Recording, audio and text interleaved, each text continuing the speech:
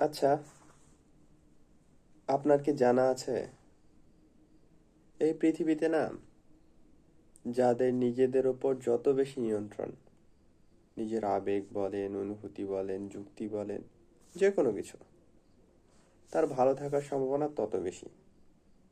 কিন্তু যার নিজের ওপর নিয়ন্ত্রণ নাই, নিজের আবেগের ওপর, অনুভূতির ওপর, সময়ের ওপর, মানে এক কথায় নিজের ওপর নিয়ন্ত্রণ নাই, তাকে আশেপাশের পরিবেশ পরিস্থিতি খুব সহজে না বিতর্কিত করতে পারে, টালমাটাল করে দিতে পারে।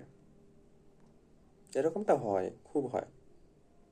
আশেপাশে বহু মানুষ আছে এরকম, যারা আশেপাশের ঘটনার পরিপ্রেক্ষিতে বিতর্কিত হয়।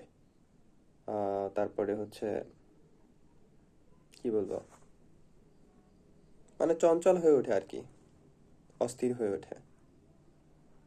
তো যারা আসলে এরকম অস্থির হয়, হয়ে ওঠে, তাদের পক্ষে আসলে ভালো থাকা কঠিন, স্থির থাকা কঠিন, শান্ত থাকা কঠিন। কারণ ওই যে বললাম, তারা আসলে নিজের ওপর নিজের নিয়ন্ত্রণ যে একটা থাকার কথা বা রাখার কথা, যে কোনো কারণবশত তারা সেটা পারেনি, অন্তত আজ অবধি পারেনি। ফলাফল কি হয়? যে কোনো কিছু ঘটলে যখনই সেটা বিশেষত মন মতো হয় না, বা পরিস্থিতি যদি বিতর্কিত হয়, বিশৃঙ্খলাজনক হয়, তবে তারা অস্থির হয়ে ওঠে। আর যারা অস্থির হয়, নিজেকে নিয়ন্ত্রণ করতে না পারায়, তারা সচরাচর ভালো থাকে না, থাকতে পারে না। সেই জন্য বলছি, যদি সম্ভব হয়, নিজের আবেগ অনুভূতি, এক কথায় নিজেকে না নিয়ন্ত্রণ করা শিখেন, তাতে লক্ষ্যে পৌঁছানো যেমন, ভালো থাকা তেমন সহজ হবে আর কি।